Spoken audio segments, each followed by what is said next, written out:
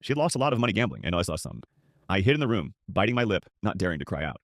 Even though no one answered, they started kicking the door. The rental's wooden door wasn't sturdy, and it soon began to splinter. Finally, with a loud bang, the door was kicked open by the debt collectors. 3 strong, rough men stormed in. One of them immediately grabbed me, small and thin, from the corner where I was huddled. Your mom won't pay, so we'll take you instead. I fell to my knees, tears streaming down my face. I really don't have any money. My mom hasn't been home for days. One of the collectors punched me in the face. No money? Then we'll take your stuff. They started ransacking the place, tossing things everywhere. They even ripped open my backpack and found $20 inside. I clutched my bleeding mouth, the metallic taste of blood spreading in my mouth. This $20 was my wages for my part-time job today. Only 20 bucks? Not even enough for a pack of smokes.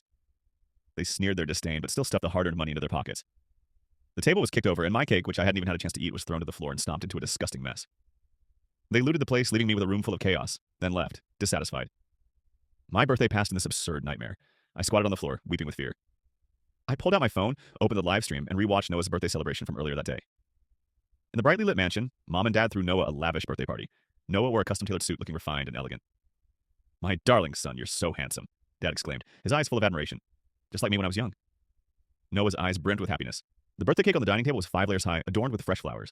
In the corner of the living room, birthday presents were piled high. What a beautiful, happy scene. What a stark contrast.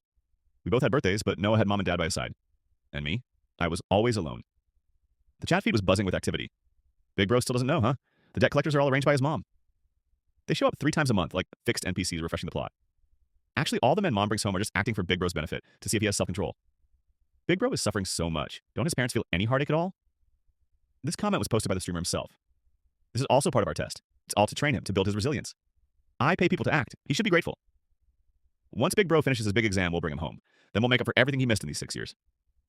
My hands holding the phone trembled. A bitter smile touched my lips. My heart filled with a gnawing mix of bitterness and bewilderment.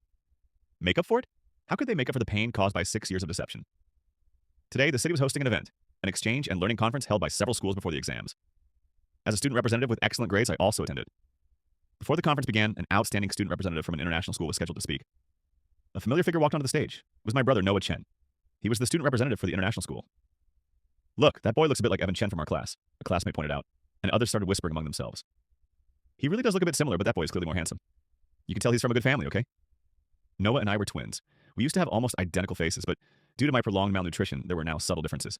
My skin was tanned, my palms rough and calloused. His skin was fair and delicate. Noah had grown up in love and money, while I had grown up alone, amidst hardship and tears. I heard that guy's grades are terrible. He's only speaking because his family is rich and connected. I heard someone grumble in a low voice. At that moment, Noah was confidently delivering his speech on learning experiences from the stage. I saw Mom and Dad sitting in the second row, holding up their phones, their faces beaming with delight as they recorded Noah's every word.